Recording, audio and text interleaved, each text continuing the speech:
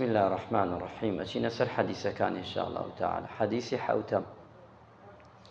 نابت مسلمان دم بشر بيت واتانا بإنسان مسلمان قسەی خراپ وشەی خراپ شتی خراپ لێوە دەربچێت. دایکی ئیمانداران عن أم المؤمنين عائشة رضي الله عنه قالت قال رسول الله صلى الله عليه وسلم أبغض الرجال إلى الله ألدهم الخصم. واتان فرمي بێزاوترین کەس لە پیاوان کەسێک لای خوا ئەم کەسە وەک بڵێن کەسێکی خوا حەزی لێ نەکا ئەو کەسەیە کە دەمی بەشڕە خۆمان ئەڵێن بە کوردەواری هەروە وتراوە دەمی بەشڕە یعنی ئەم مرۆڤە ئاکار و ئەفتاری خراپە سەرەکەی بەردەوام شتی خراپی لێوە دەرەچێت وە شتی خراپ ئەڵێ بە تایبەتی زبانی ئەو قسانەی کە دەرەچێت ئەو ئینسانە لای خوا مەغبوڵن واتە ڕقی لێیانە خوای پەروەردگار دایمەوە ساعت خۆمان ئەڵێن زۆرجە ئەڵێن سەر بە کێشەیە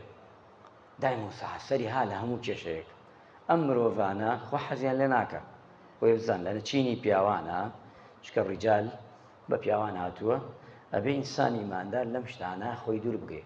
دایمەوە ساعت با لە تۆ دەربچێ ئەهلی سڵح بی ئەهلی چاکە بی ئەهلی باشە بی وتەی شیرین گفتاری شیرین کاری چاک گاری باش ئەمە باشترین کەسە لای خوا عەکسەکەیشی باشترین و عەفو خراپترین پیاوانە لای خوای پەروەردگار. ئەچینە حەدیثی دووەممان حەدیثی هەشتەممان عەفو لە ئەمڕۆکە حەدیثی دووەممان ئەبی دەرداء ئەیگێڕێتەوە ئەفەرمێ عن أبي درداء رضي الله عنه قال رسول الله صلى الله عليه وسلم من حفظ 10 آيات من أول سورة كهف عصم من الدجال. ئەمش سنەتێکی زۆر گەورەیە. دەجال یەکێکە لە نیشانە گەورەکان لە دەنیشانەکە پیاوێکە ناوی دەجالە یەک چاوێیە چاوێکی لە ناوڕاست خوای گەورە دەسەڵاتێکی پێدا لە دەسەڵاتی بەشەران نییە مردوو زنیە کاتەوە بارانە بارێن زستان ئەتێ هاوین تێ ئەمانە گشتی دێنێ لە بەرچاوتە ئەمە لە دەسەڵاتی بەشەران ئەڵێ من خوام ئێلانەتی خواک بە چر ڕۆژ سەر زەوی هەمووی دەگەڕێت هەموو شوێنێ دەگرێ هەموو شوێنێ داگیر دەکات ئیلا ماڵەکانی خوانەبێ ئەو سێ ماڵ ئەوش مەلایکە دیفاعیەک ناتوانێ بچێتەوە هەرکێ ڕوبەڕووی بێتەوە ئیلا تیاچێ چونکە ئەمەنە خوای گەورە ئەوەی دابێ بۆ تاقیکردنەوەی مرۆڤ پێغەمبەری خوا موژدەی داوە پێمان ئەمە یو حەدیثێ ترمانشێ هەر کەسێ 10 ئایەت لە سوورەتی کەهف لەبەر بکا لە پێشێکەکەی إن شاء الله تعالى عند ليكوا الحمد لله الذي أنزل على عبده الكتاب ولم يجعل له عوجا تا دەیەم ئەم داعای لەبەر کرد خوای گەورە ئەڵێ لەو ڕۆژە ئەیپارێزێ هەوڵدە ئەم داعایەتە بۆ خۆت لەبەر کە لای کەمیش نەبێ بە تەمەنت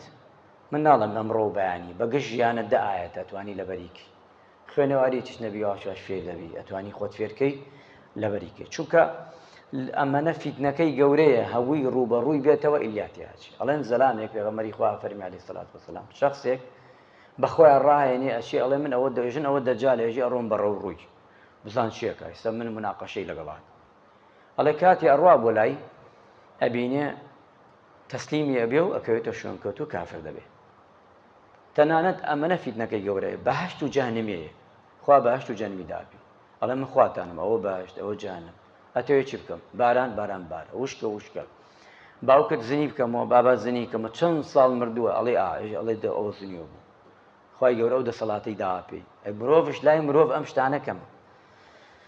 چونکە شوێنەکەش نێزگە هەر لە ئێران و دەرەشتێ 7,000 ئەکەوێتە دوای ئێتە خوا پەناماندا یەکەم تووشی ئێمە دێ هەر لەم منتیخانەیە پێغەمبەری خوا فەرمی عەلەیهی سەڵات وەسەلام بۆ هەرکوو هاتی ئێوە عەکسەکەی بڕۆن هات بۆ ناو شار بچۆ دەرەوەی ئاوایی بڕۆ شوێنێک دوور